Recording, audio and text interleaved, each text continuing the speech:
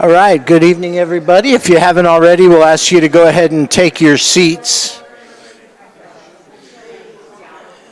As we get started, I'd like to thank everybody for joining us for the second forum in our two-part candidate forum series. Tonight, we get to hear from candidates running for Josephine County Commissioner Position 2.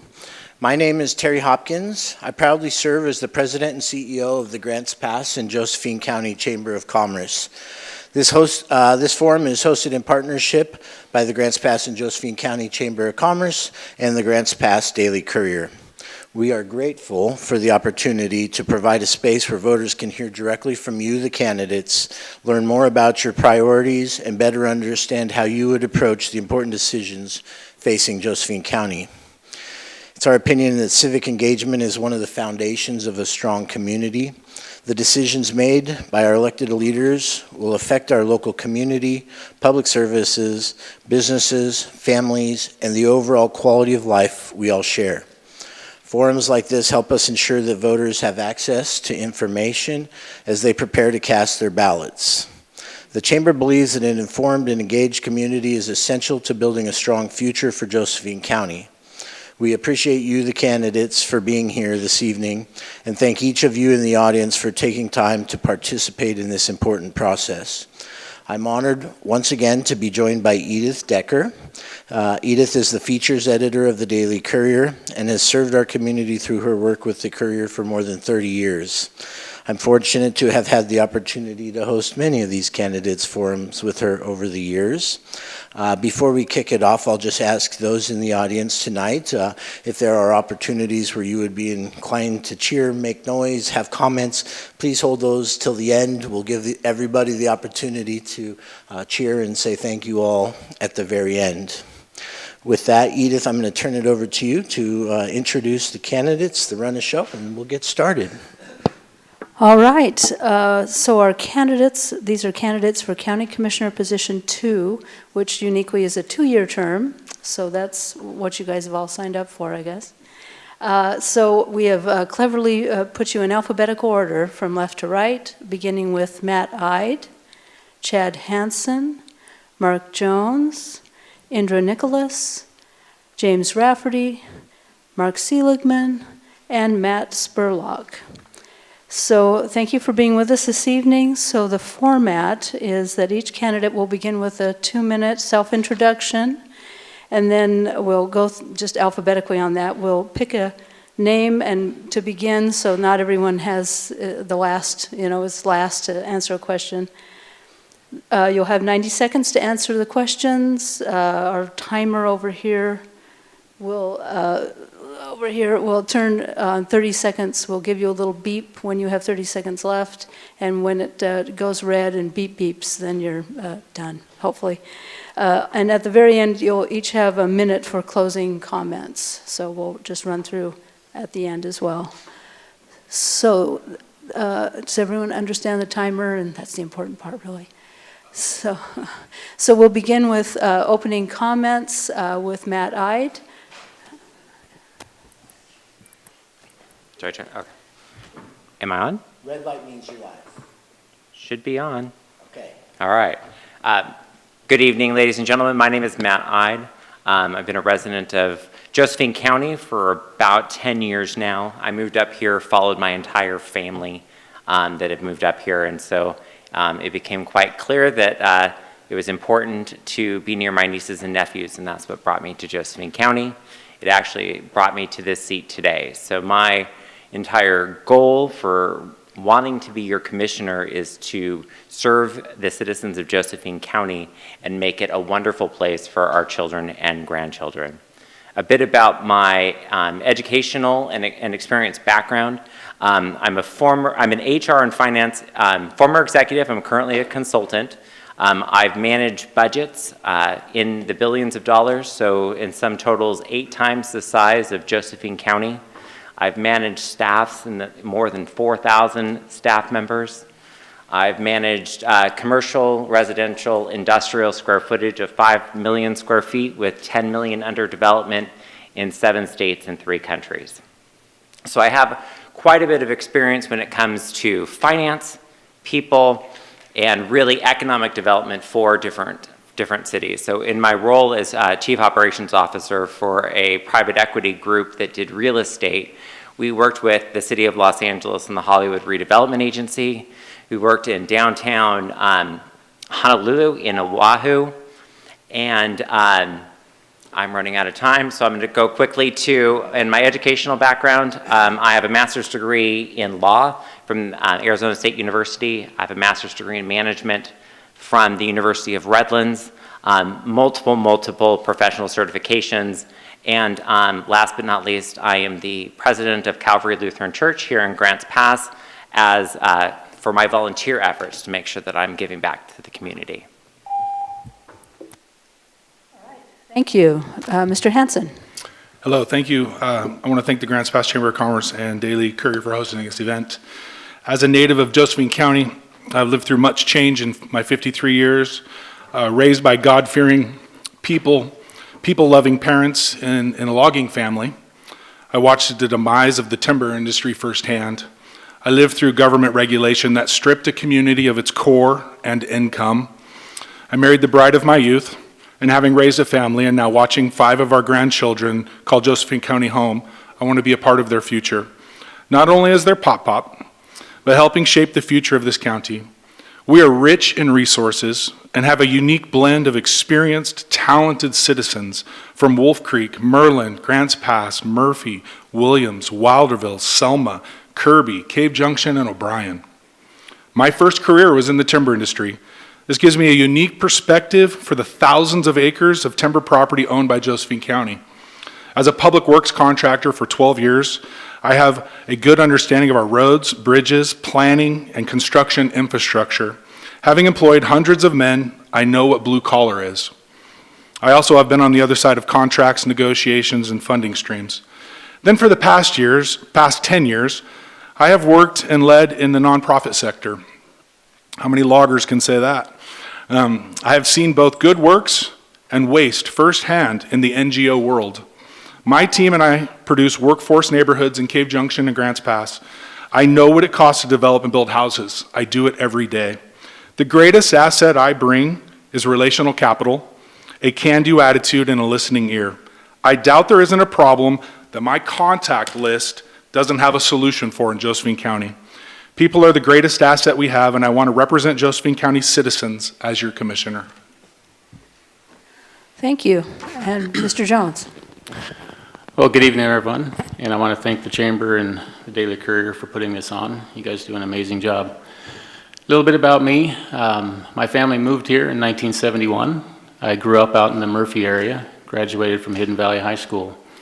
Shortly after high school, I got involved in the fire service, which then developed into my career. That career took me to Scottsdale, Arizona, where I later retired from the City of Scottsdale Fire Department. And after retiring, it was time to come home. So I came home to Josephine County because it's always been my home. This has always been an amazing place to me. It's still an amazing place. I just think it needs some fixing in some areas. Since I've been back, I've been involved in our county in many ways. I got involved in some citizen groups to help drive a fire district here. I've been involved in the county commissioner's office by sitting in many meetings. I was in legal meetings, the weekly business session meetings. I would go in and speak. I would hear things that we talked about on the legal meeting, and then I would discuss and give my opinion and hope to get some direction going on the following Wednesday. So I've been involved over the last 6 years. I'm currently the chair of the Rural Planning Commission. I am the vice chair of the Josephine the Josephine Housing and Community Development Council. Currently the president of the board of directors for the Mid-Rogue Fire District and president-elect for Caveman Kiwanis. And so prior to that, I was involved in Rotary and some other citizen groups as well. So my involvement here in the community has been very strong since I've been back because I want to make things a little better here for all of us. Thank you. Okay, Ms. Nicholas. Good evening, and thank you for the opportunity to speak tonight. My name is Indra Nicholas, and I'm running for County Commissioner because our county needs leadership that knows how to manage, make decisions, and follow through. I'm asking for your vote. I've run a multi-million-dollar business, worked as an educator for over 20 years, and currently serve on the boards of Rowe Community College and the Grants Pass City Council. I've called Grants Pass home for over 30 years and raised 4 children here.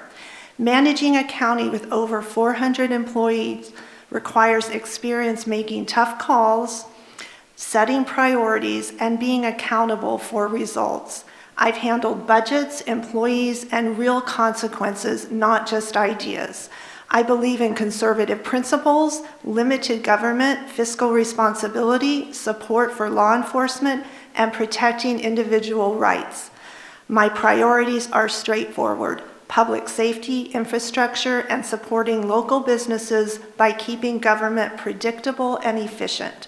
I will stand up and fight for what's important to the citizens of Josephine County. I'll show up prepared, ask hard questions, and make decisions based on what's best for the people who live and work here, not outside pressure or special interests. Josephine County deserves a strong, consistent voice at the table, one that speaks clearly, stands firm for our values, and makes sure our communities are heard when decisions are made. We can do better securing funding, coordinate wildfire response, and improve transportation and economic opportunities by working with neighboring counties, state, and federal agencies. If you're looking for someone who understands responsibility, follows through, and will represent Josephine County with clarity and consistency, I'd appreciate your support. Thank you. Thank you. Mr. Rafferty. Oh, I don't know how to work these things. Oh, yeah. Give me a wood project. You know, every candidate here is qualified to be a commissioner as per the county charter. The county charter states residency of Oregon for 6 months, and in Josephine County, you need to be a registered voter. So all of us here meet those qualifications, otherwise we wouldn't be here. I want to again thank the Chamber and the Courier for putting on this expose, if you want to call it that. James Rafferty here, candidate for Josephine County Commissioner, position number 2. My campaign is based on the communication now, communication and representation. My literature is in the back, so you can look it up there of all my qualifications, additional qualifications that I may have there.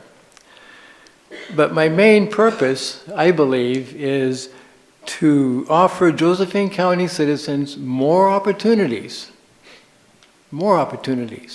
to be heard. Currently, they have 3 minutes once a week at a business meeting. So with that being said, I'm going to go ahead and pass the mic over to my left. All right, thank you. And Mr. Seligman.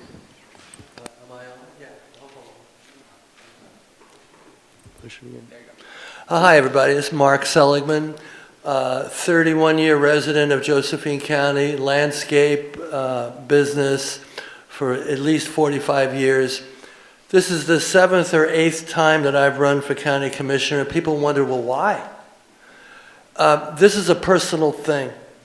I have a degree in sociology, college credit in psychology, and a degree in business administration.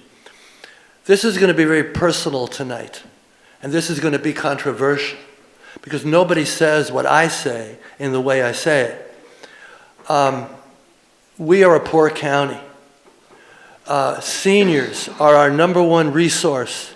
Without them, we wouldn't exist.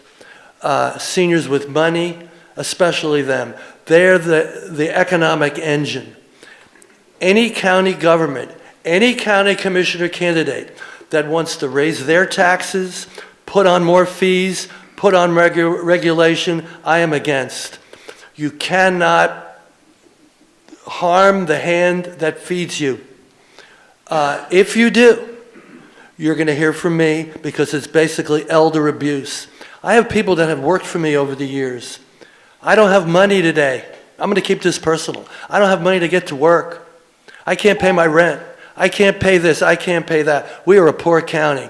Government must step out of the way and let the private sector flourish and not get in the way by undue regulations, fees, or taxes. So you'll hear more of this tonight, but I'm very passionate about our seniors and our youth.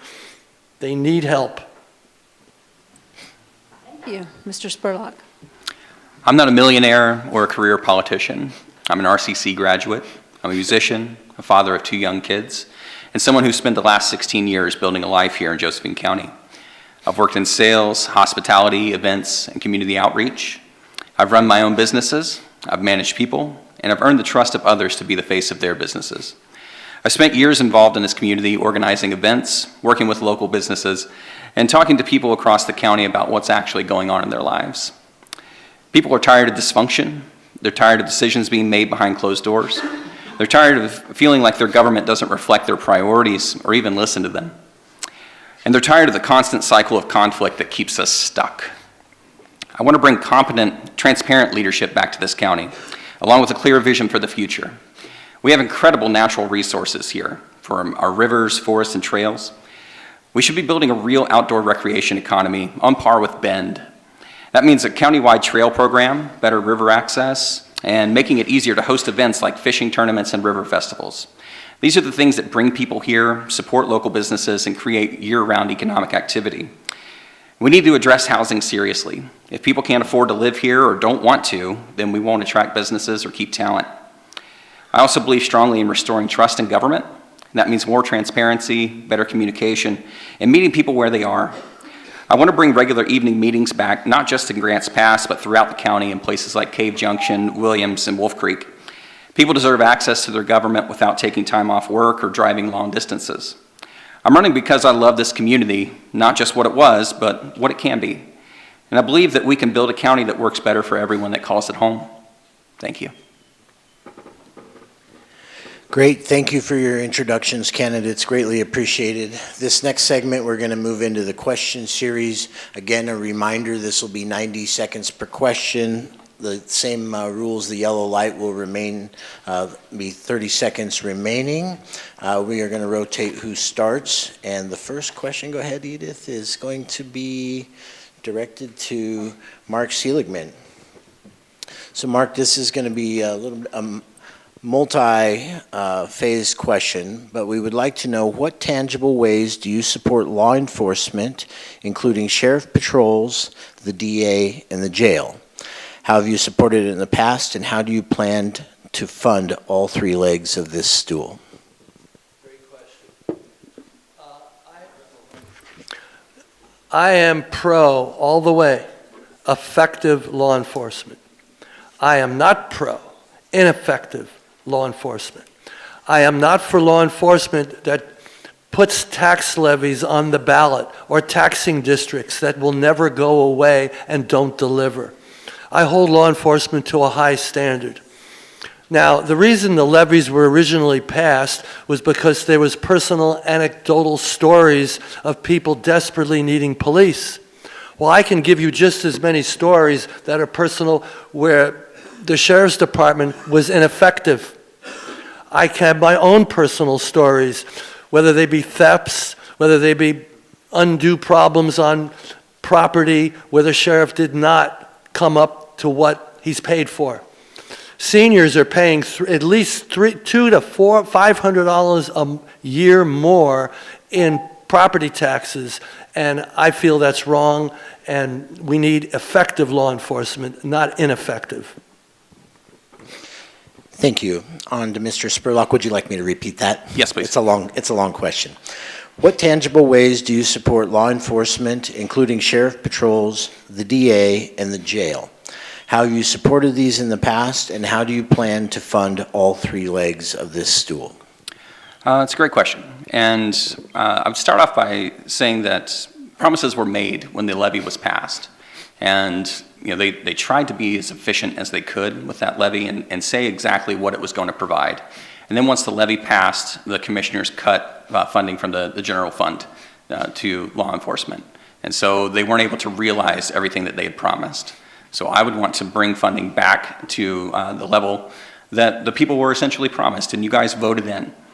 And I think that we need to look at grants that we've had historically. When Jim Goodwin was in charge of juvenile justice, he was bringing in a lot of money for the county. And I'm concerned that the cuts that were made to, him specifically, are going to have long-term effects. And so I want to work with whoever we can to continue to bring our tax dollars back here to Josephine County to go to work for us, especially in criminal justice.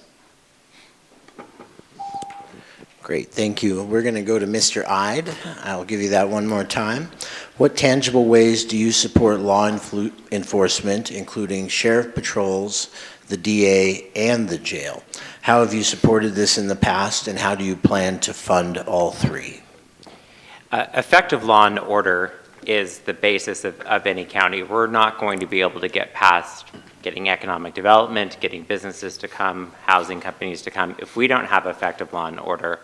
And that starts with the patrols, so the sheriff's going out there and doing their jobs, handing it over to a well-funded DA so that they can do the appropriate charges for people, and a jail that can hold those individuals that have committed crimes in our community. Crimes. And so it's important for us to focus on being able to deliver those services to our community. How would I do it? Precision look at the budget. So we can't just say we'll cut from here and we'll pull from here. We need to look at the budget to establish exactly what needs to be done in order to fund these different areas of our community. Because without it, again, we're not going to be able to bring in economic development. And so economic development is going to drive more money, which is going to pay for those services. It's a nice little circle that continues to reinforce itself. I yield my time. Wonderful. Mr. Hanson, question again? Okay. What tangible ways do you support law enforcement, including sheriff patrols, the DA, and the jail? How have you supported these in the past, and how do you plan to fund all three?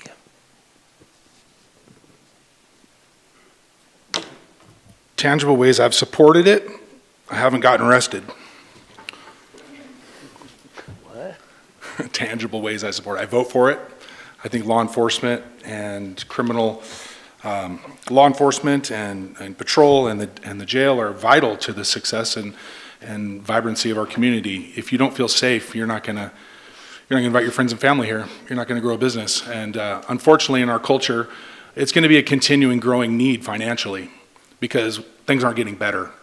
As the breakdown of the family, poverty, and the things that we struggle with, it's going to continue to be the biggest need in our community to fund. And so it will be paramount that we comb the budget, we put our priorities in place, we communicate with the public, we listen to the public. What do they want? How much do they want us to fund it? And our job is to implement those things. So I've always supported law enforcement. I voted for the district. I'm in the district. I did vote for the levy or the additional tax district for the sheriff because I want as much patrol and as much law enforcement as possible. You know, if our DA is not, if the system isn't supported enough, I mean, it's just catch and release. And then we have a jail levy coming up. So we have some big issues as it relates to law enforcement. And I fully support them, and we'll do everything I can to make that our #1 priority. Great, thank you. Mr. Jones, you want the question again? No, I'm good, thank you. So a couple years ago, when the sheriff was running around doing town halls, I went and stood in on those and listened to what he had to present to the people. I supported him. I advocated for that law enforcement service district, and I voted for it. One of the things that was promised was that it would be in addition to general fund funding. Now, once it got in play, that general fund money was removed. Some of it was, roughly 2.8 per year, was one-time ARPA funds. So that went away. There was no reason, I mean, we couldn't get that from anywhere else. But the rest of the funding was, and he came up again and asked for, I think it was like $750,000 to continue with some patrols, and that was not given, I believe, if I remember correctly. So I would support the sheriff and give back some general funds, because that does go to the DA also. It's law enforcement in general. It's not just for the sheriff. And because we don't have the DA fully staffed, we're not getting the people put in jail like that should be. They're not being held accountable. And then when they do go to jail, the state has somebody in there that determines whether or not those people should remain in jail. So we need to fix that problem. So I would support the sheriff and law enforcement and the DA every way possible, and that would also be by advocating for us through the state legislation. Thank you. Ms. Nicholas, would you like me to repeat the question? I'm good. Law enforcement is a core responsibility of county government. Residents deserve to be safe in their communities. They deserve to know that victims will be protected and that those who commit crimes will be held accountable. I fully support funding law enforcement. In fact, I believe that the sheriff should not have to come every few years and beg for money with a levy from the citizens. I think we should make law enforcement a priority and fund it through the general fund with taxes we already collect, or find other creative ways to fund our law enforcement without putting a burden on the citizens. It is, we need more funding for the DA. We do have a catch and release, so that's why they go in and out. Of course, we know some of that is related to what the state mandates, and we need to work collaboratively with state agencies to try and make it better for that system. But a big part of public safety is our law enforcement's running around trying to deal with the homelessness issue. So we need to get that, in my opinion, under our belt to solve that, so they're not racing from fire to fire and they can focus. We have a lot of quality of life issues here because of the homelessness. And so we need to help law enforcement with that. Thank you. Thank you. And Mr. Rafferty, would you like me to repeat the question? It won't be necessary, thank you. There's a misconception on the question. That is, candidates do not make rules. We're just candidates.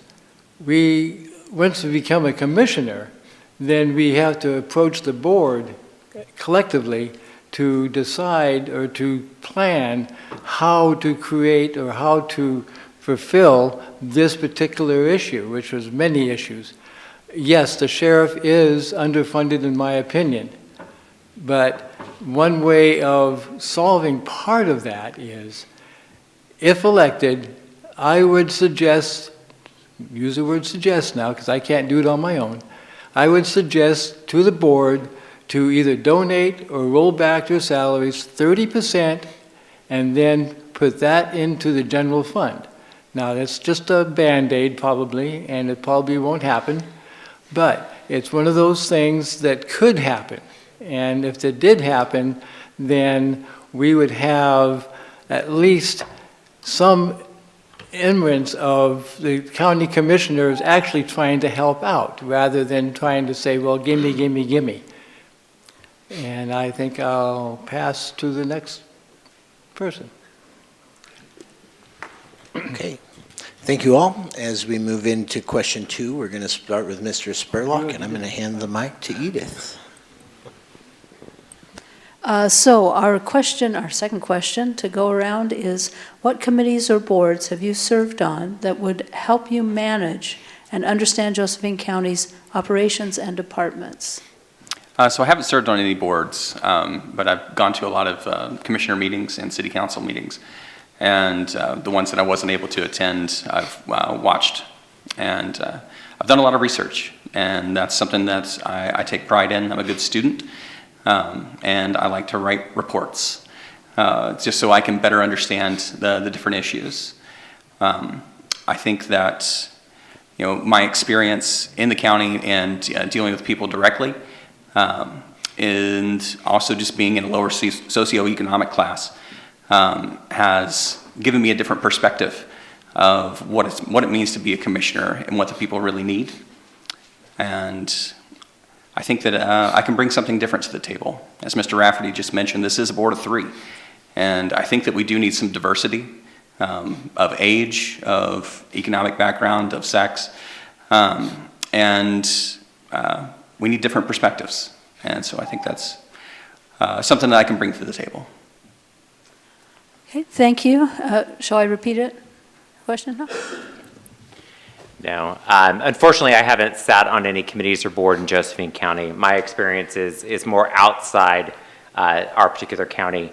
I've worked with the Hollywood Redevelopment Agency and the Waikiki Improvement District in efforts from the business side to work with those city and county governments in order to improve those areas and bring our economic dollars into those cities. So understanding through planning, through building, and et cetera, of how those work in other places. I'm going to make an assumption we work similarly here as most cities work in a very similar fashion across the country. And so that's where I have spent my time, is on the business side of the county. All right, Mr. Hanson, would you like me to repeat the question? Sure. What committees or boards have you served on that would help you manage and understand Josephine County's operations and departments? I currently work daily with the Grants Pass and Josephine County leadership. I have working relationships with City Manager Aaron Kubik, Public Works Director Jason Kennedy, Assistant Public Works Director Wade Elliott, Community Development Director Bradley Clark, and many of his staff. I have been on a City of Grants Pass Development Code Task Force that meets twice a month since the summer of 2025. I work with Mayor Clint Scherf, City Council President Rob Pell, and Police Chief Warren Hensman. From Josephine County, I've known Colleen Martin and her family for over 20 years. I've known Gary Richardson for most of my adult life. Sheriff Dave Daniel and I have a solid connection. Richard Pike in Public Works and I go way back to when he was an inspector with the City of Grants Pass Public Works. Budget Director Ruth Nelson, I work directly for her on a couple, as a sub-grant recipient, NGO. Property Manager Helene Lulich, I work with Helene a lot. Assessor Chris Parton, County Surveyor Peter Allen, County Legal Wally Hicks. I'm working daily with that group of people, so not only do I sit on our committees, I work in committees with these people. I don't just listen. All right, thank you. Shall I repeat the question? No, thank you.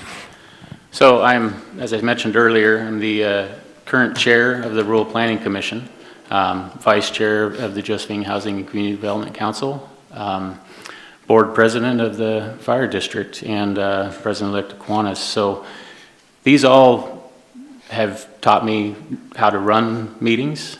We use Robert's rules, and there's some that use parliamentary procedures, and occasionally you get a little mixed up, but those are boards that I'm currently in. I've also sat in on the Charter Review Committee. I wasn't part of the actual committee, but I sat in as an observer to learn more about the county charter and what needed to be changed. I also was able to sit in with the Association of Oregon Counties with their district meeting, and at that one I was able to actually sit at the table and listen and learn a lot about county government. And with those boards, there's a lot of responsibility, especially, the fire district board. We're building this fire district from scratch, and there's been a lot of involvement in that. So it's more than just a once a month meeting. There for a while, we were meeting every week. So heavily involved in our community through these organizations. Thank you. Thank you. Would you like me to repeat the question? No, thank you. Okay. I'm just going to say that I think all of us have been on committees and boards. I'm currently on the Grants Pass City Council. I'm on the Rowe Community College Board of Directors. I was on the Charter Review Commission a few years ago for 2 years. It's not, how many boards you're on does not make you capable of doing the job. That's what I would say. I've been on a lot of boards. You talk a lot. It's not who you know, it's what you know and what you can do. And so I believe more than being on boards or task forces, it's my experience in business, in doing, and being accountable to people every day that's most important. So I've run payroll, accounts receivable, I've managed numerous employees. You learn on the job about HR and how to manage, and the meetings are important. You do learn, but you're not really accountable for what you do. And to me, the accountability is the important thing. I would also say that being on the government boards is really critical. So being on the city council and RCC board, I've learned so much about how government works that you don't know from just watching or taking notes. You're accountable to people and you learn how the government actually works. Thank you. Mr. Rafferty? Yeah, thank you very much. Personally, I have not been on a board, but I do monitor the meetings, and I did monitor the appointment process that we went through for the first time ever. I thought the process was working fairly well until Human Resources decided to turn it into an employee application rather than an appointed county commissioner application. With that being said, it's just a situation, and I had to ditto the other people, the other candidates pretty much, so I'm not going to repeat what they've already said. So I'll just go ahead and pass it on.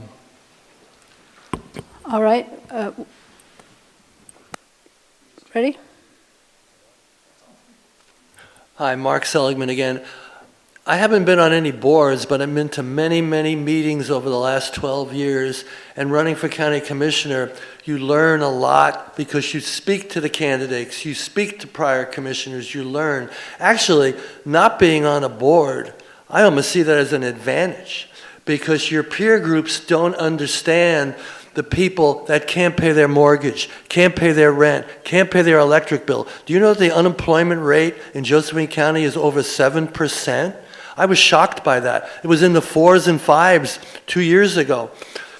Being on a board isn't going to change that unemployment rate. We need some kind of economic development here, and it's not happening. So all you can do as county commissioner is step back and say, wait a minute, I'm not here to govern, I'm here to not govern. I'm here to back off and let the private sector do their magic because they're the only ones that can do it.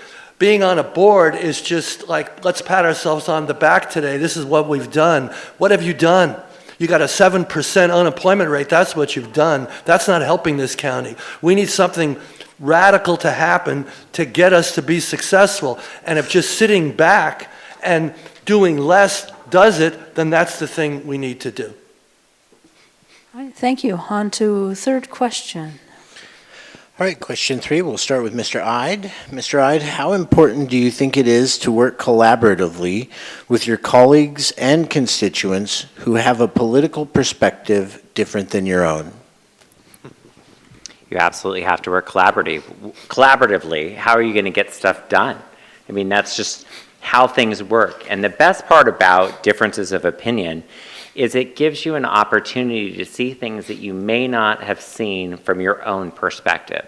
It has been my opinion, it has been my mission in business to seek out the diverse opinions of all parties that are privy to a decision so that the best decision for everyone can be made. A decision can't be made if you haven't contemplated how people think about different things. And so for me, if you can't work collaboratively, sit back down. You don't get an opportunity to have that dialogue. If you want to sit there and be willing to have a dialogue, a conversation, anything of that nature, I'll sit down and have that conversation with you. I am happy to do that if someone is willing and just really strong in their beliefs. I mean, some people can be strong in their beliefs. I'm glad that they are. Let's sit down, have a dialogue, and come to a mutually agreeable decision. Thank you. Thank you. Mr. Hansen, how important do you think it is to work collaboratively with your colleagues and constituents who have a political perspective different than your own? It's such a funny question, like who would say no?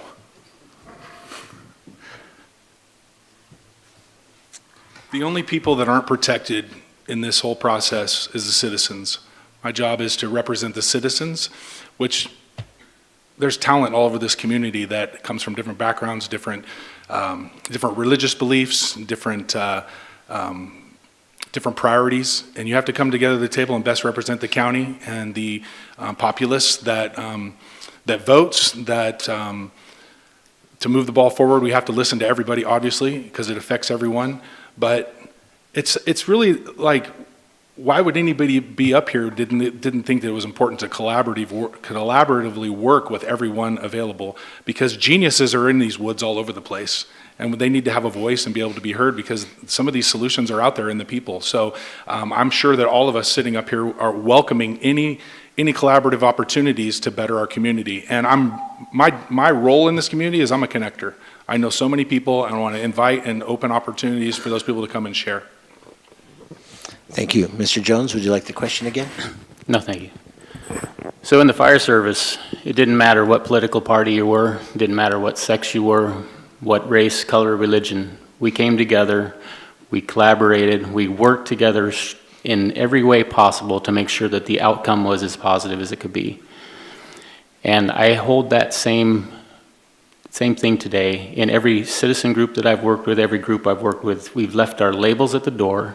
It didn't matter. Labels are destroying us.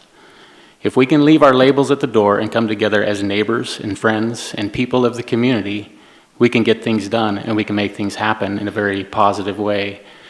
This is, like I said, the fire service, it didn't matter. We all worked together and saved lives, saved property. Same thing here today. We have a housing issue. If we come together, no matter what party you are, what race, color, religion, whatever, and work on those solutions, we can come up with positive solutions that are going to solve this. Same thing with the homeless. All these things can be solved when we work together and leave our labels at the door. And I stand by that. Thank you. Ms. Nicholas, would you like me to repeat the question? All right. I believe in building bridges, not walls. Things can be done much more effectively when we work together. We will not always agree on everything, and we don't have to collaborate on projects. At the end of the day, we all want the same things. We want our families to feel safe. We want clean parks. We want good jobs. We want better access to health care. And so we do need to come together for that, and we can do that, and we should do that. I will also add that we can work much more collaboratively across jurisdictional lines. So not just with people who disagree with us, but maybe other entities that disagree with us. I know that the county and city have not been working collaboratively together, and that has just started to happen, and I encourage that more. We don't work well with state. We don't work well with federal government. And even if we disagree with what our state makes us do or mandates, we have to find a way to navigate and work with our state. I've done that in business, and I would continue to do that. I look at people as people. I'm willing to speak with anyone on any issue in a respectful and professional way, and that's what we need to have as a commissioner. Thank you. Thank you. Mr. Rafferty, would you like me to repeat? No, thank you. It's not necessary. In order to accomplish what we're trying to accomplish with this question, the citizens need to be heard. And for the citizens to be heard, I believe that if elected, I would suggest to the board to hold town hall type meetings with a single commissioner throughout the county, and I would suggest using the precincts, the 47 precincts, as a meeting place bi-weekly.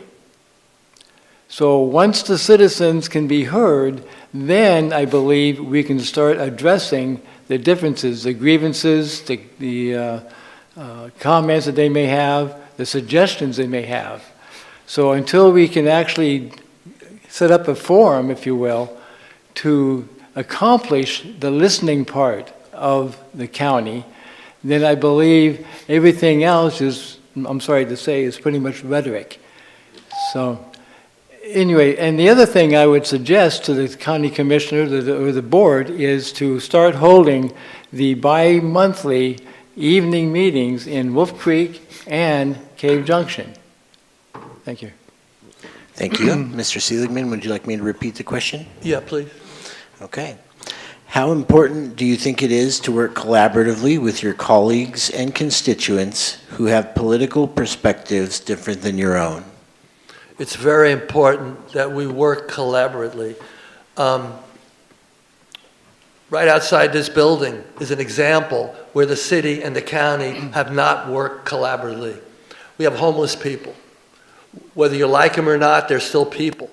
And the city and the county is not solving this problem.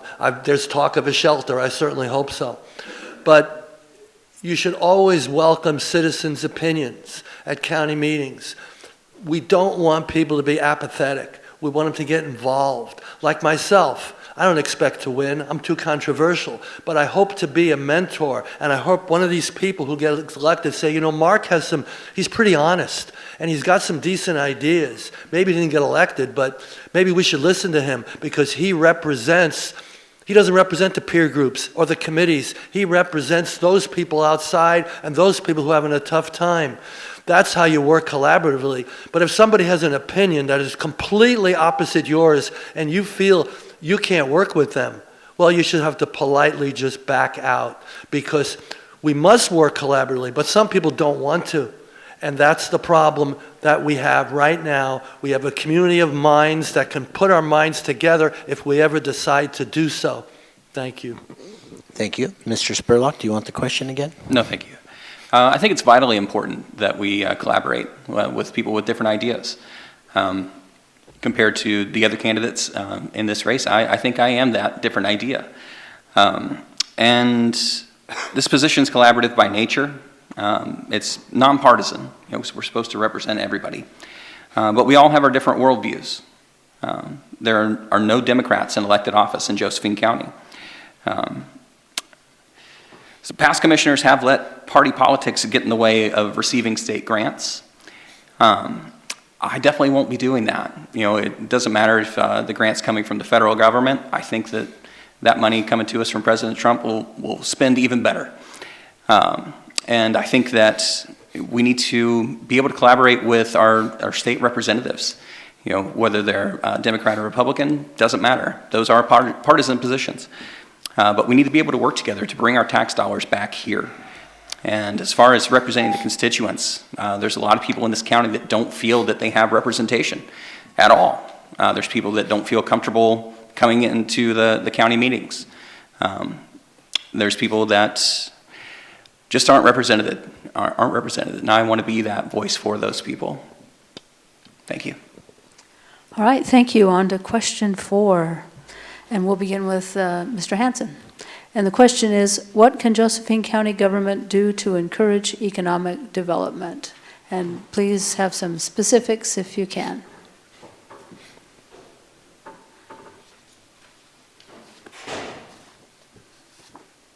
I would remove, economic development is a major part of my life.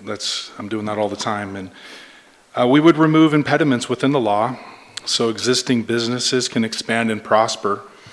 Our best advocate is having our established businesses built on solid foundations and being profitable. Then owners and employees will communicate to their vendors, suppliers, trade partners, family and friends that Josephine County is open for business. Public safety and law enforcement functioning to our expectations validates that Josephine County is safe, that you can invest your family and talents here. I've seen this firsthand. One of my friends is a traded, I think he might be one of the top 3 traded sector corporations in our county. And some of his friends from Southern California, large contractors, customers of his, are now multiple generations later looking to move here because it's a beautiful place to live, because they've heard good things about Josephine County. So we need to continue to clean up Josephine County as far as code enforcement, and that's a complex issue, no doubt, with land use laws. But I think that if we encourage and solidify the businesses that are here, the goodwill will get out and people will decide to move here. To establish new businesses costs 10 times more than to upgrade an existing business. So first start with what we have here and so that they're profitable. Mr. Jones, would you like me to repeat the question? No, that's fine. I think what we would need to do is focus on some practical steps, make it easy for the businesses to come here and build their business. If we had a 60-day permit guarantee, maybe a single point of contact for that business to come in and get everything done, they could have a pre-application type meeting and have somebody that actually walks them through the whole process so it gets done quickly and efficiently. Downside to that is we'd need more staffing in the planning department. But if we're serious about it, I mean, this is something that we would need to do. We could also identify and pre-zone 200 to 300 acres of job-ready land, get it ready and have that infrastructure put in place so that those businesses can move here and start right away. We don't have any of that right now. And honestly, I think this area of Illinois Valley has the most usable flat land and is the place where we would need to focus on putting some infrastructure out there in and around the airport, and we could bring some businesses here and create a better economy for our area. Other things that we could do for the small businesses here that are already here, is have small business liaison, somebody that they can go to and work with and get involved with RCC to create some apprentice programs that are in the trade industry, because we're lacking in the trade. Automotive technicians, welders, and I'll yield. Thank you. Would you like me to repeat the question? I'm good, thank you. I have a vision to build and a plan, a resilient, diversified economy. We need good living wage jobs here. And being on the RCC board, I see what our community college is doing. We have a strong CTE program in automotive, in welding, in healthcare. Now, hopefully soon, a new program to train educators to come out. So the high schools do a really good job of that too. And we need to support and encourage that. We need to support our traditional strengths, our timber, our natural resources, trails, rivers, agriculture, and that kind of thing. But we also need to bring in some light manufacturing to areas. And we haven't done a very good job of that. As far as what county government can do, basically is just get out of the way of business. So I've seen firsthand, being on the city council, how slow government is, the rules and regulations that businesses have to go through, the red tape makes it very difficult, even in our little small community. We need to streamline permitting, collaborate on workforce training programs. We need to invest in roads and infrastructure, especially out in our rural counties, so they can have economic growth there. Thank you. Thank you. Mr. Rafferty? Yes, thank you. I don't need the question. Well, as a candidate, I really don't have the ability to fully, I'm going to use the word understand, but to respond to this type of question, not being a commissioner myself. But if elected, I would want to encourage the small businesses and help the small businesses as rapidly or as fast as the board would allow. Again, it would be the whole board that would be doing this, not just an individual.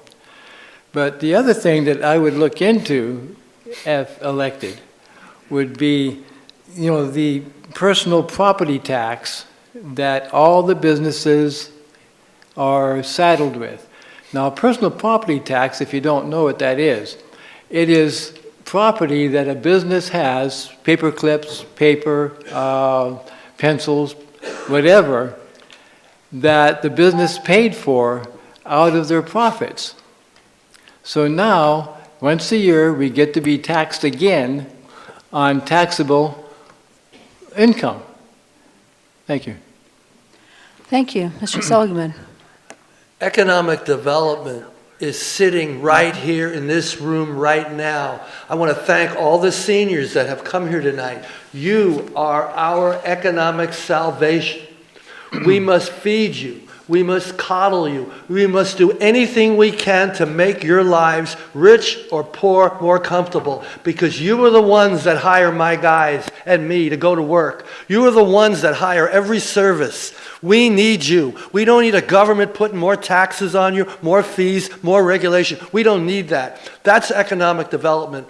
And right now, we got a 7% unemployment rate. You know, this county is always the first to suffer in a recession and the last to recover. God forbid that we go into a recession. You know, I don't want that. That will hurt our county. But again, I want to thank all the seniors that have come here tonight and all the seniors that live here and have brought their money here, because if it wasn't for them, we'd be like Humboldt County, which is not good. This is an important resource, just like our youth. Our youth will not stay here if our seniors aren't investing their money. They will leave, and we will. And a place without youth is a dead and dying place. You don't want that. You want vibrancy, first from the seniors and then from our youth. Thank you. Mr. Spurlock. So I don't think economic development is really that big of a mystery. People and businesses go where they want to be, where they want to live. And right now, we're not winning that competition with other places. We have world-class rivers, forests, and outdoor access, but we're barely leveraging it. I think that we need to lean into that as much as we can. We should build a county-wide recreation strategy that encompasses trails, river access, and events like fishing tournaments and festivals that I mentioned before. Those things actually bring people here, you know, from outside, and they keep them here. You know, when people do come to Josephine County and they see how beautiful it is, I think that they're hooked. I can't tell you how many people I've spoken to that say that they visited or even just were driving through to go to the coast or something and fell in love with the place. But we can use grants to build infrastructure and partner with local businesses to create real economic activity. But if people can't find housing, none of this matters. Businesses won't relocate here if employees have nowhere to live. Economic development isn't about hoping somebody shows up. It's about building a place that people choose to live. So I think that quality of life improvements will pay larger dividends than anything else we could do. And on top of the 7% unemployment, that's just people who are looking for a job. About 47% of residents in Josephine County are not in the workforce, and most of those are retirees. So we have a lot of ground to make up. Thank you. And finally, Mr. Ide. Economic development is a focus on the business, and what businesses want is a stable government. What they're going to go in and do is minimize risk, assess certainty, and determine whether their dollars going into that community will be safe. We don't have that much of a stable government right now. It does scare away businesses if we're consistently recalling our people, if we're consistently doing these things that signal to businesses outside of our area that we don't know what we're doing. So it won't matter if we streamline our permit process. It won't matter if we give them land. It won't matter if we've developed the workforce if we can't prove that what we have told our businesses we want from them is what we deliver to them. This area has a really good workforce. I was head of human resources for First Call Resolution. We had several hundred people downtown Grants Pass. We believed, and I continue to believe, that there is untapped potential in this market that employers would love to have. We had people that worked for us for years. They had full-time jobs, they had benefits, they came to work every day, and we were happy, they were happy. And so that exists in Josephine County, and we need to show that to businesses so that they come in. But first, we have to be stable so that we can minimize their risk.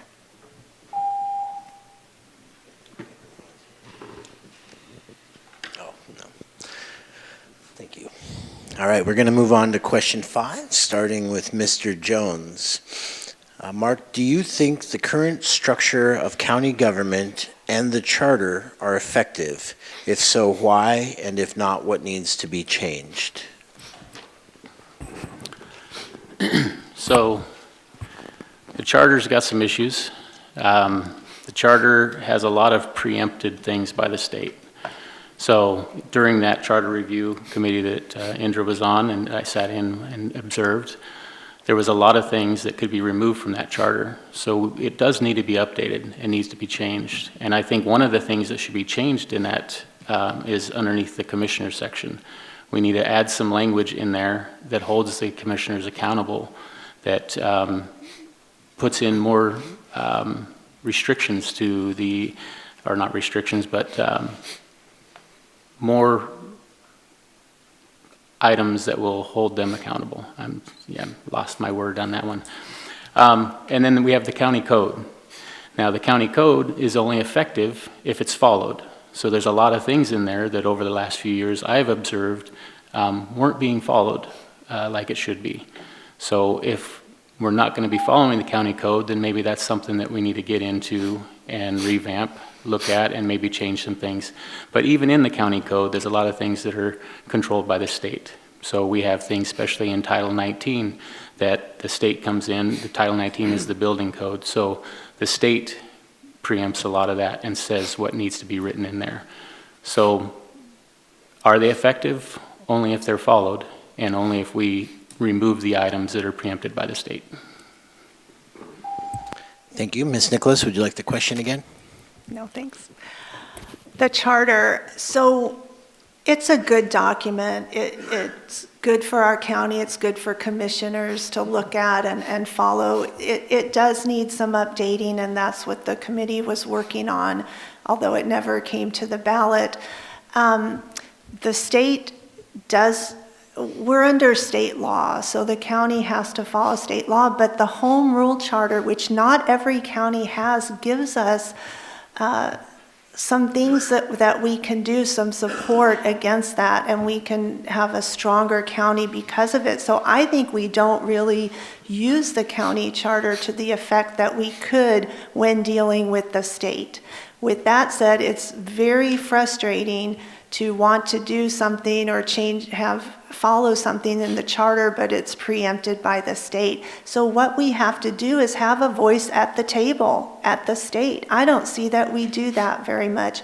I was one of only 2 people that went up in person to testify to get the money, the $2 million for infrastructure for Spalding Park. We should have all kinds of people up there. There were more that testified online, I think, and Terry was instrumental in promoting that for business. But we don't have a seat at the table. We need to build relationships up there and learn how to navigate. In business with my in-home care agency, I navigated state regulations. Okay, Mr. Rafferty, would you like me to repeat the question? No, I don't think you need to. You know, I have a copy of the charter right here, and I'm just kind of curious about how many people have actually read it and maybe even tried to understand it.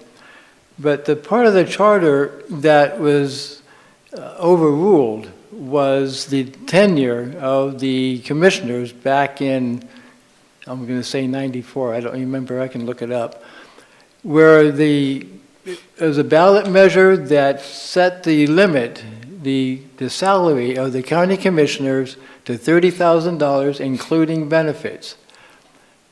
Now that, for some reason, and the state probably preempted it, but according to the state constitution, under Article 6, Administrative Department, and I'll read it to you, Section 10, the Home Rule County Charter is a legislative assembly that goes on and on and on, and it will the charter will provide or will dictate the qualifications and the tenure, which is salary, and compensation.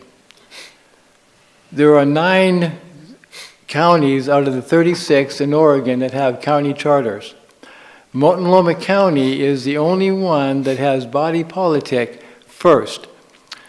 I believe that we need to amend the charter through initiative petitions to allow, am I done? Oh no, I got confused with the lights. To allow the initiative petition to allow to reword or to relocate the body politic to the front of it instead of being a agency of the state and then corporation. So that is going to take an amendment to the charter.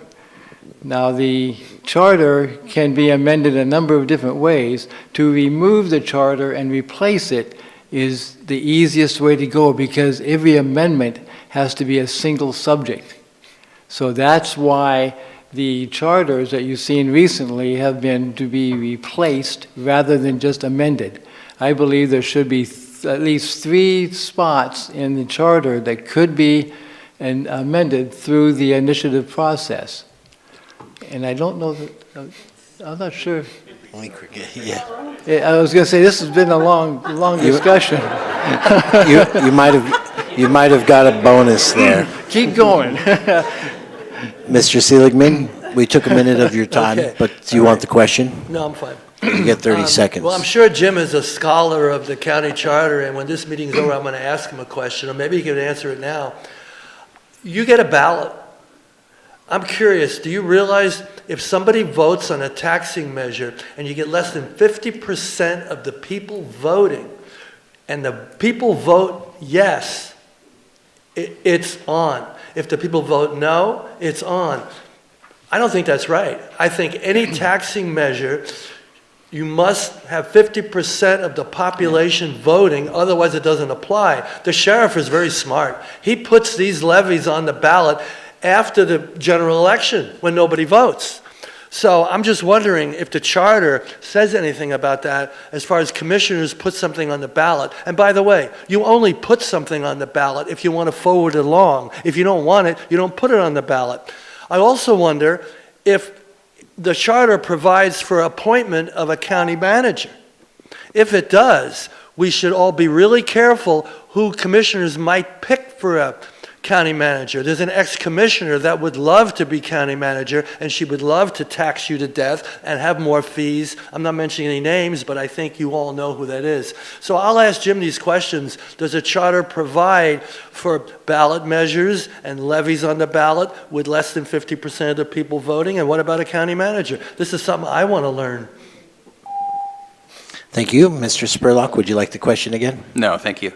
I support some targeted updates to the county charter to strengthen accountability.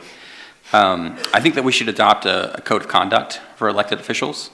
And once again, this would be ballot measures, for everybody to vote on. But yeah, a code of conduct, so expectations are defined and enforceable.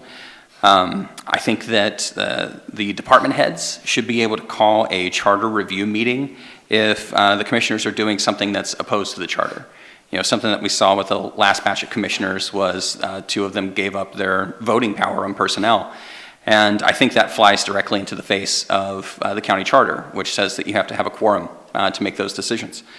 And so had the department heads been able to say, hey, let's take a minute and review this with legal, maybe even bring in somebody from the state level to review this, I think that we could have prevented ourselves from multi-million-dollar lawsuits. I also think that if enough signatures are gathered to recall an official, that they should be placed on administrative leave until that plays out. If a commissioner is successfully recalled, I think there should be a 5-year cooling off period before they can run again. And when it comes to filling vacancies, I think that the remaining commissioners should work with the temporary board to make those appointments so it's just more transparent and more representative instead of just kind of following party lines. But yeah. That's how I feel.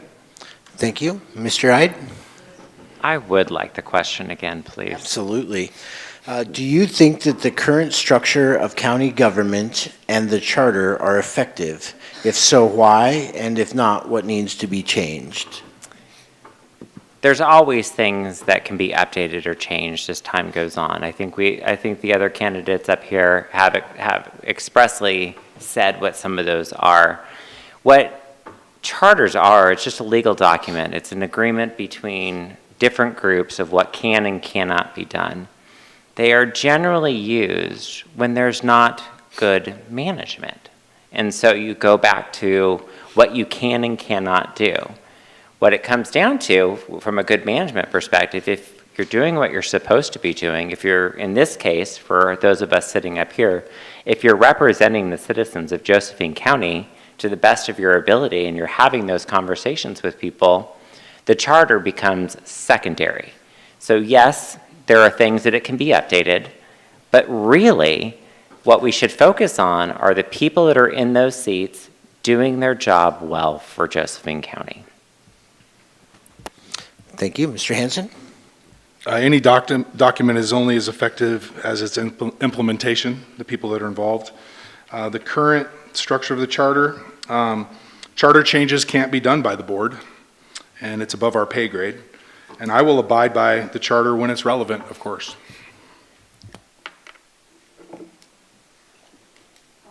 That puts us on to question, where are we? Question 6. Gosh, time flies. So this will go to Ms. Nicholas first. Do you support expanding tourism promotion and growth? If so, how would you do that? If not, why not? Thank you for that question. Of course, I support expanding tourism. I am actually the liaison to the tourism committee for the city council. So I'm in on a lot of meetings where we just talk about how to bring tourists into Grants Pass. Tourism has become one of our economic drivers and a big one. And so we need to keep that going. In order to keep that going, there's a lot of parts to it because we see that it has taken a nosedive lately. We see boarded up buildings downtown, vacancies, and it's kind of looks like it's in a downward spiral, but there is hope. It is looking better, and we need to address, again, I'm going to go back to the homelessness issue. We need to address that, make people accountable, not have people sleeping on our streets. It's a humanitarian issue as well. We need to tackle the root causes of what's causing homeless people to be on our streets. So humanely, we need to address it as well. But we're not going to get tourists if we don't clean up our city. And if we don't get tourists, we're going to lose a lot of money within our economy. So it's definitely a big thing. I know big pushes with the Dollar Mountain Trail, and I wish the county, this is where we could work collaboratively with the county. Thank you. Mr. Rafferty, would you like the thank question you. again? Yeah, tourism is a commodity that a lot of our areas in Southern Oregon anyway has privilege to. Now we have the forest, we have the Rogue River, we have all these different things for the tourist to come to. When I first got here in '89, the first thing I saw was the valley, and then I went to the river, and that made it to be home. So I've been here since 1989. So yeah, tourism is very, very important. I'm not sure right here, sitting here, exactly what the answers are to promote it, but I would be open to that, and I'm sure that I would have some suggestions for the board, if elected, to accomplish that. And I thank you. Thank you. Mr. Seligman. Tourism is very important. I was a tourist at one time, and I came up here after my house was hit by a mudslide in Northern California, and I fell in love with the place. I said, this is beautiful, I want to live here. But tourism has never solved the economic woes. It helps. It never would solve the economic woes. We had a cannabis industry here. That solved our economic woes, but it also brought some problems. It had $7 million in wages 5 years ago. That's gone. That money would have gone to every single business in this county. I want to go a little off in a moment.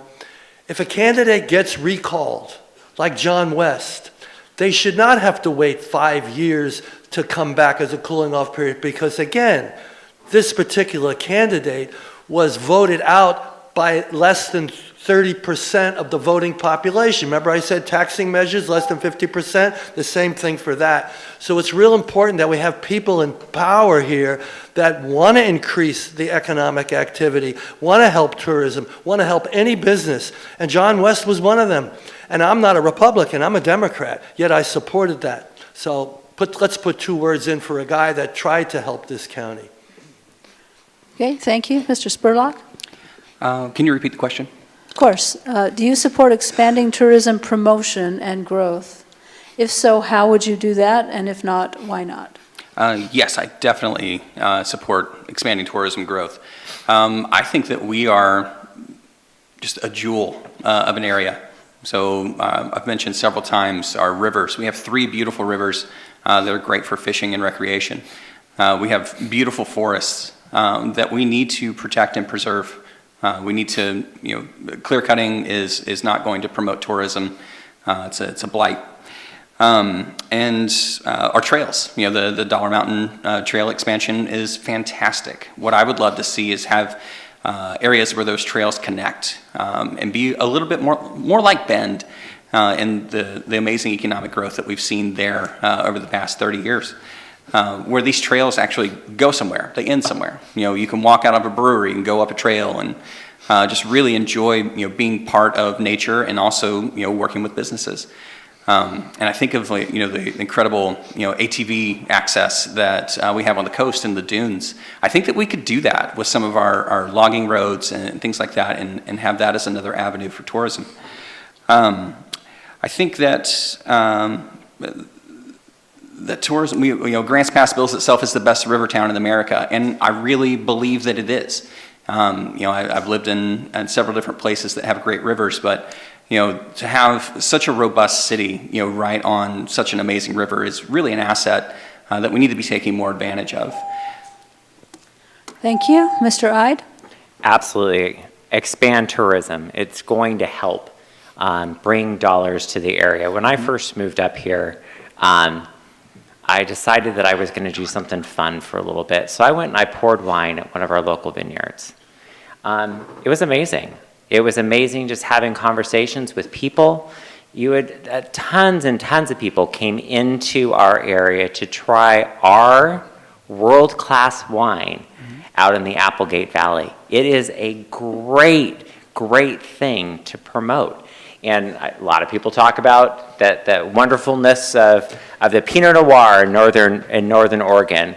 Come have some Tempranillo out in Applegate. I think by promoting some of our very specific, unique elements of our tourism, our river's amazing. River's not for everyone. So we can find a way to look to different people, different money groups that can come into our areas. And I will always say that go out and enjoy a glass of wine in our local vineyards. They could sure use it. All right, thank you. Mr. Hanson? Tourism is a byproduct of a beautiful place to live. Hawaii is driven by tourism, but the people that live there have to work 3 jobs, have 10 roommates, and hope that their parents send them some money so they can come home for Christmas. So it doesn't create living wage jobs. But if we have manufacturing, so there's an amazing group of people right up here and within our staff in our city that will create those opportunities for tourism. I will gladly enjoy those and promote those things, but my focus will be on traded sector for manufacturing. We need to bring money in, build a good, and send it out. It's the biggest impact on your economy is traded sector jobs, manufacturing. You pull manufacturing out of cities, what happens? They die. We died. We've become a retirement community and a welfare community. The divide between the haves and the have-nots here is great. I'm in the workforce housing. I've been given, we are given properties. We take no profit. I can't get people to buy my houses that work here. They don't make enough money. So we need I will concentrate on traded sector jobs and support tourism 100%. And there's a lot of people that want to do that. I want to do traded sector, create jobs, manufacturing, and bring people here that will provide jobs that they can buy houses. Thank you. And finally, Mr. Jones. So I believe the question was, would you be into promotion and growth of tourism? So yes. Now, the county can step in as a county government and help with that. We have an issue right now out in Cave Junction. We have the beautiful Oregon Caves, yet the people go out there and have no place to stay. There's no hotel. The hotel that was there is pretty bad shape. I have spoke with some people who have been advocating for getting that turned into a brown site and cleaned up. And if that happens, that'll be a very wonderful thing for the city of Cave Junction. They can get somebody to come in and possibly build a hotel there to allow people to go out, enjoy the caves, and come and have a place to stay there in CJ. Or if they're partway through, they want to do that one day and then continue on to the coast. The 199 corridor brings a lot of people through our county. They're heading to the coast. So tourism, yes, that growth can be done in many ways. We need to help build up that 199 corridor. Oh, I still have 30 seconds. Sorry, I thought that was the end. But I'll leave it at that.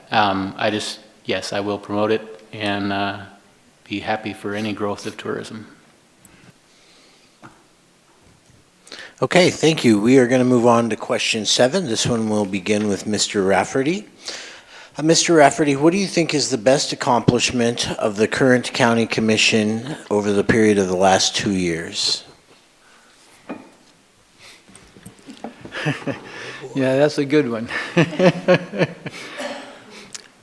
Repeat that a little bit, the accomplishment? Sure. What's the best accomplishment in The your best eyes of the county accomplishment commissioners that over the last 2 I view years? that they performed. They came to work.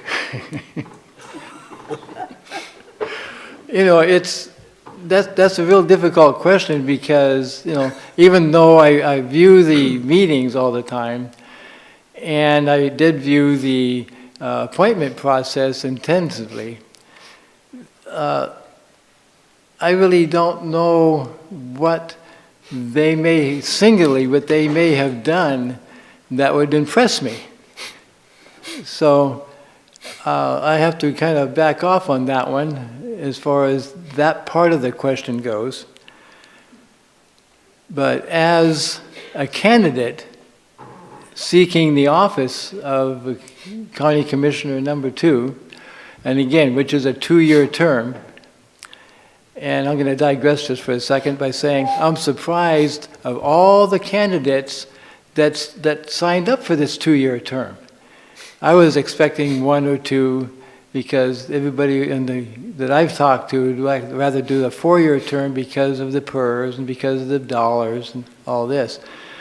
But as far as what I would suggest to the county commissioners is to be able to discuss amongst themselves through a meeting oops. Okay, Mr. Seligman, you want me to repeat the question? Yeah. What do you think is the best accomplishment of the current county commissioners or past county commissioners over the last 2 years? One thing comes to mind. They tried to cut government. Department heads can make as much as $200,000 a year. They make more than county commissioners. And they may have only 4 or 5 people working under them. Well, that money, if it's freed up, it goes to the general fund. That's an accomplishment. There were things that they did that the community didn't appreciate, and they showed their lack of appreciation by recalling them. But again, did they really recall them? How many people really voted? The ones that wanted to recall them, the ones that voted for them to begin with, you know. And I'm not, like I said, John West is my friend. The other commissioners, well, you know, they were part of cutting government, but their style in some cases weren't very good. Remember, they are all Republicans. I am a Democrat, but we all would agree on fiscal conservatism. So anything that board did that was fiscally conservative, cutting government, I would be in favor of. But there's a bunch of stuff they did that I wouldn't have been in favor of. But, you know, you asked the question, so I had to give you an answer. I thank you for that. Mr. Spurlock, would you like the question again? No, thank you. I think that getting the ball rolling on bringing back OSU extension was important, But the biggest accomplishment was probably the airport runway extension. That's the kind of project that really has opportunity to bring in real growth, improve access, and create a long-term economic opportunity. But the way it was handled was a big problem. A project of that scale should have been a moment to bring the public in, to explain the vision and really build excitement around something that big. Instead, it felt like it happened behind closed doors with very little clarity on how it was funded, what the terms of the loan were, and what the long-term impact would be. And that's a huge missed opportunity because even good projects lose support if people feel like they're being kept in the dark. As a commissioner, I'd want to flip that, that when we take on projects, I would want the public to understand them and to really be part of the conversation and to feel excited about where we're going. I mean, ultimately, these are your tax dollars. I mean, property taxes directly are about 12% of our total budget, and the majority of the rest of it is coming from grants and state money. That is ultimately your tax dollars coming back to work for you. And so, yeah, I think that the board has done a couple good things over the last couple years, but recalling 3 out of 4 of the last eligible commissioners to be recalled is a sign that there were more mistakes made. Thank you. Mr. Ide, would you like that question? No, thank you.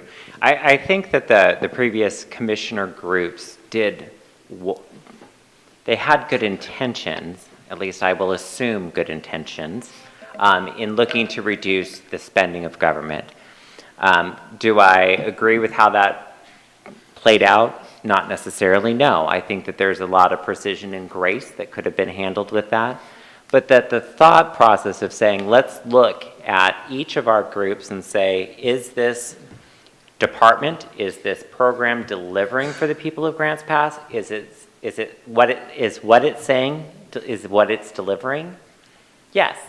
Okay, that's great. How can we give that one more? If it's not, and it's not delivering, why not? What's going on? And start looking at that type of precision, not all of the department heads are gone or all of the staff group is gone. Let's look at it in a stronger way that allows for, hey, this is why I made X decision for this group.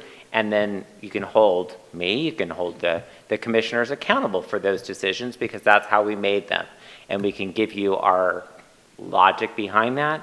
But I do think that they, again, I'm going to assume well-intentions and in looking at a way to maximize the tax dollars that are brought into Josephine County. Wonderful. And Mr. Hanson, I apologize for the pause. I've just got a message from our audio crew doing the online video, and although I don't hear it up here, they're asking if when you're not speaking, if you all can turn off your microphone. They're picking up weird background. So I apologize for the interruption. Would you like the question again? Yes. Okay. What do you think is the best accomplishment of the current commission or past commission over the last 2 years? They got our attention. Mr. Rafferty said he was surprised how many people ran. That's why. That's why I'm here. They got our attention. And there was some, methods that could be repaired for sure. But getting our attention of like, what is going on with government? And so I'm here because they got my attention.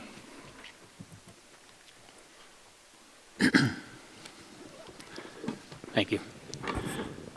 So I may be a little biased in this, but over the last 2 years, one of the best accomplishments was creating the fire district. There's 326 square miles of Josephine County that for years never had a fire district. Back in 1971, the commissioners then looked towards a report on how to create a fire district. So for over 50 years, that fire district was never created. So that was a good thing. That helps a lot with the issue with the fire map and the people who were losing insurance and things like that. With the insurance companies saying, well, you don't even belong to a fire district, or you're outside of a fire district, you're 5 miles away from a fire station. All these things were keeping many people from getting fire insurance or homeowners insurance for their home. So that was a good accomplishment. Again, might be a little biased. But also another thing over the last 2 years, like I said, for 6+ years, I've been sitting in on these meetings. And one thing over the last 2 years is they really showed us what not to do and how not to act. Okay, and we wrap up this question with Ms. Nicholas. Do you want it again? Yes, no. While there were a few wins, I think the last 2 years were mostly missed opportunities and wasted money and frustration on the part of the residents of Josephine County. I think a lot of the problem had to do with perceived transparency, and I do believe that what the commissioners did may have had good reasons, but they didn't let the people know what was going on. I think one of the biggest wins is just that the county government did continue to go forward and operate. Our core services were never interrupted. I think the staff did a great job of keeping things going while we went through such turmoil. So kudos to them.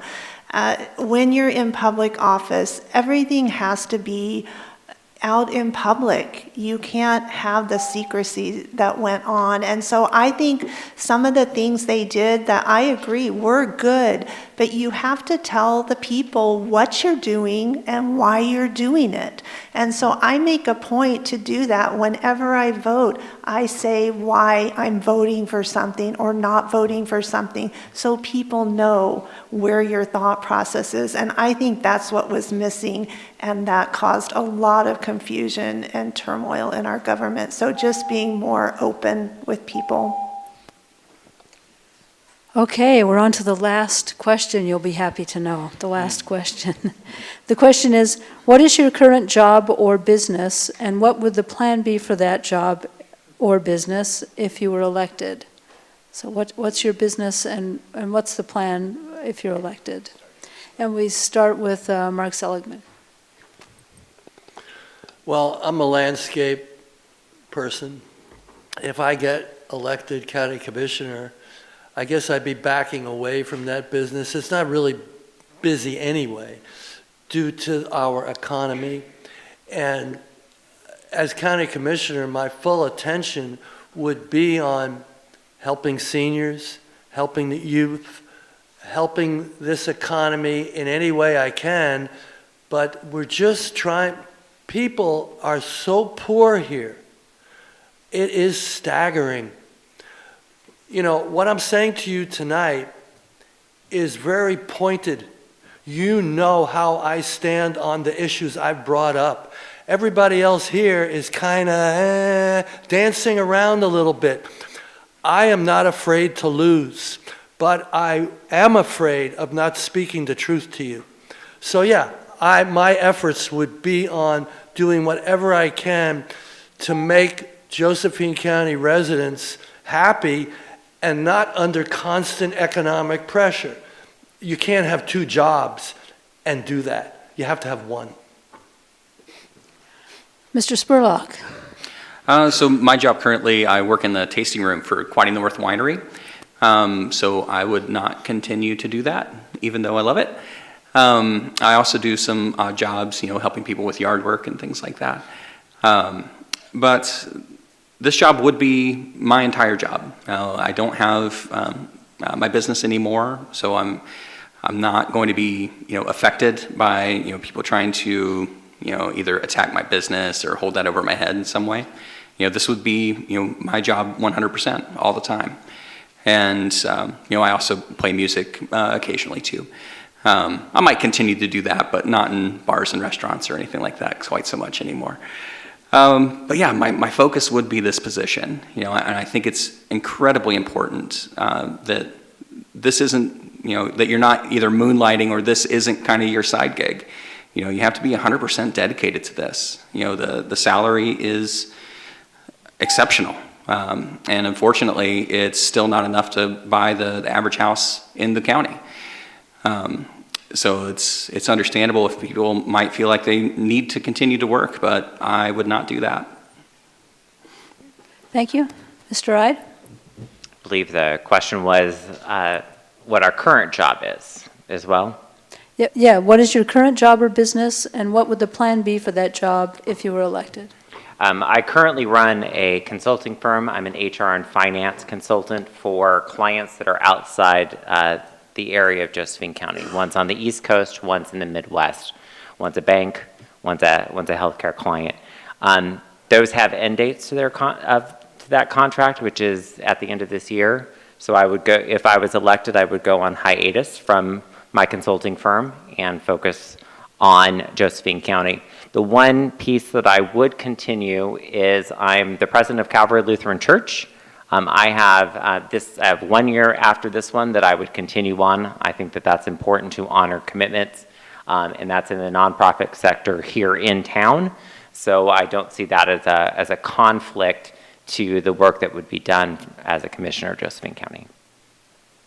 Thank you. Mr. Hanson? Yeah, repeat it real quick. Sure. What is your current job or business, and what would the plan be for that job or business if you were elected? Currently, I'm a full-time volunteer. Easy. Yeah. So when elected as the commissioner for position 2, that'll be my gig. All right, Mr. Jones. So, since retirement and committees and boards weren't enough for me, I recently got my contractor's license and started a small handyman repair business. I do a few jobs here and there.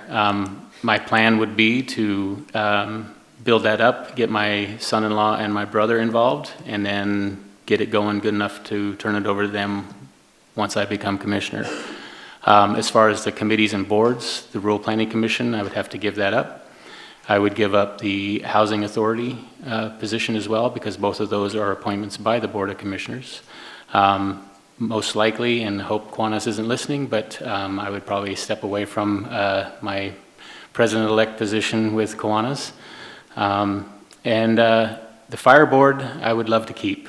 The Fire Board itself wants me to stay on, and I would love to stay on and make sure that that foundation is completely built and that district moves forward in the way it's supposed to. So it being a volunteer position, there's no issue at the state level that I've noticed or found. I have not found anything in our county charter or code that says I would not be able to maintain that position. So that's my plan. Thank you. Ms. Nicholas?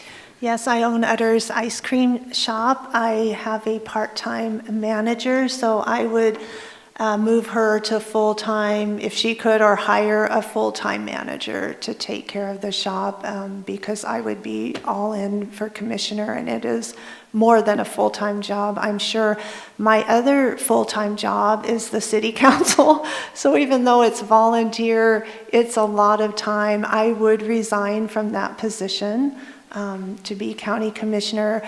The RCC board isn't as much time, and I really enjoy it, and so I would hope, I would only have about 6 months left on that, I believe, so I would hope to stay in that position, and that's what I would do. Thank you. Thank you. Mr. Rafferty? Yes, excuse me, thank you. Yeah, I've owned and ran Hardwoods Plus in Grants Pass for, going on 30 years, well, maybe a little bit less than that. And currently, I own and run Selma Hardware Company store, but I am actually semi-retired, so that I don't put a whole lot of effort into that store because Hardwoods Plus actually pays the bills. And I've been able to squirrel away the funds that we received from that when my wife was alive. So it's a situation where this is a full-time job, and it would take a full-time commitment to handle the idiosyncrasies, if you will, of this position. And it's pretty deep as far as that goes. I was going to say earlier, maybe this isn't the time, but I may have some time left, well, maybe not. But anyway, I'll discuss it later. Thank you. Excellent. Thank you, candidates. That concludes the questions portion of our forum this evening. We will move into closing comments, and as a reminder, this is 1 minute each. We will begin the closing comments with Mr. Spurlock. If you'd like to go ahead and begin now. So yeah, I just kind of want to go through the things that I support. So I'm a big advocate for the library. There was obviously some turmoil between the last batch of commissioners and those guys. I'm very excited for their new building that they're going to be starting very soon. And I think that we need to have a commissioner in place that will support them through that transition. I believe in the animal shelter levy. I think we should be environmentally friendly in how we manage our forests, and we should implement the Rogue Valley Integrated Fire Plan. I think that we should restore our membership in the Association of ONC Counties. That's going to be vitally important with all the changes that are happening in the Forest Service across the country. I believe in 4-H and funding OSU extension. And restoring our relationship with So Ready. It's a great organization that really advocates for businesses that are already here and helps bring in other businesses. Their work with Fire Mountain Gyms was incredible, taking it from 100 employees to over 500. And I think that they can do that for other businesses in the county too. Thank you. Mr. Ide, closing comments. My reason for running is for our kids and for our grandkids. Full stop. We need to have a place for them to be able to have families and grow their families and live in a place that is safe and secure and things just work. And so that'll be my focus is on that stability. I think my business experience managing extremely large budgets to small nuance, as a little side note, I found in a $2 billion budget, I found a $2,500 expense for snow removal in Santa Fe Springs, California. So if anyone knows of Santa Fe Springs, California, you know that they don't need any snow removal. So definitely an eye for detail. I've managed a lot of employees, and I know, keep this short, electmattide.com.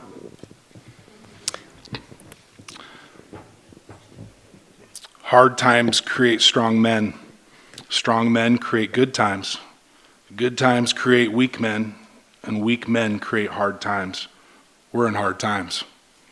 And I want to be a part of the opportunity to change the culture and the stature of our community back to good times. And I want to be a part of that leadership. So like I've stated earlier this evening, I've spent many, many hours learning this position. I've put in the time, made sure that I asked the questions, that I learned all the do's, all the don'ts, all the whys, all the why nots. I'm very familiar with this position, and I believe I could step in today and not have to worry about a learning period to learn what's going on. I've been studying these budgets for the last 4.5 years, seen a lot of things in the budget that could be changed. I know that ONC funds, secure rural schools, those are things that are not going to come back fully the way they used to be, and we need to find other revenue streams. So if you'd like to learn more about me, you can learn on my website, electmarkjones.com. You can find me on Facebook, electmarkjones, and ask me any questions. And I'm here for you, and I will always be here to serve you. I bring a proven business and public service experience, deep local roots, and a strong commitment and clear focus on fixing what's wrong. Just being in government, after being in business, I don't understand why things can't get done in a timely manner, and I think that would be my strength, is to make things more efficient and show results for what we're doing. I think there's a lot of talk. I know there's a lot of talk, but there's no results that come out of that, and I would bring that to it.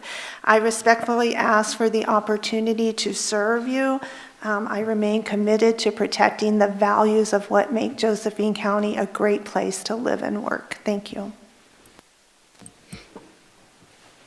Yes, thank you very much. My website is this one here, It's a shared website because I really don't think I wanted to spend the money on a website by itself. So W4ACG is the website you can go to. It's very extensive. It's low-key, you know, I do it myself, so I don't have all these bells and whistles you have to deal with. Again, the campaign, my campaign is based on communication and representation. And I didn't get a chance tonight to really get into that very heavily, but the website does explain it very extensively. And I'd be glad to meet with anybody after the session to further explain what I was about to try to say before. Thank you. Well, being last gives me the honor of thanking the Chamber of Commerce. This is the World Series of political events. Thank you.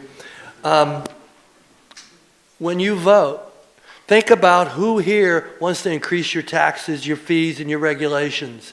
Some of them are dancing around. I know that I won't.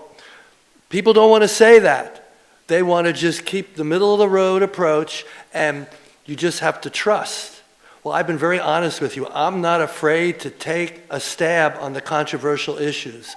Most of these people here are afraid because they know if they say the wrong thing, it might not sound right. However, the wrong thing said might be the right thing. And Josephine County needs help. Our seniors, more than anybody else, and our youth cannot have anybody who is going to create elder abuse by raising their taxes, the fees, and regulations. You can't hurt business. If you hurt business, you hurt the economy. So it's important for candidates that are running to be totally upfront. I haven't seen that tonight.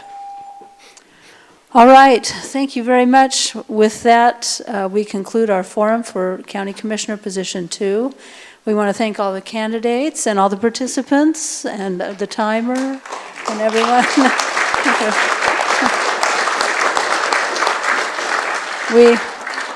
We understand the deeply held commitment to your ideals and your collective concern for the betterment of our town, both participants and candidates, and thank you very much.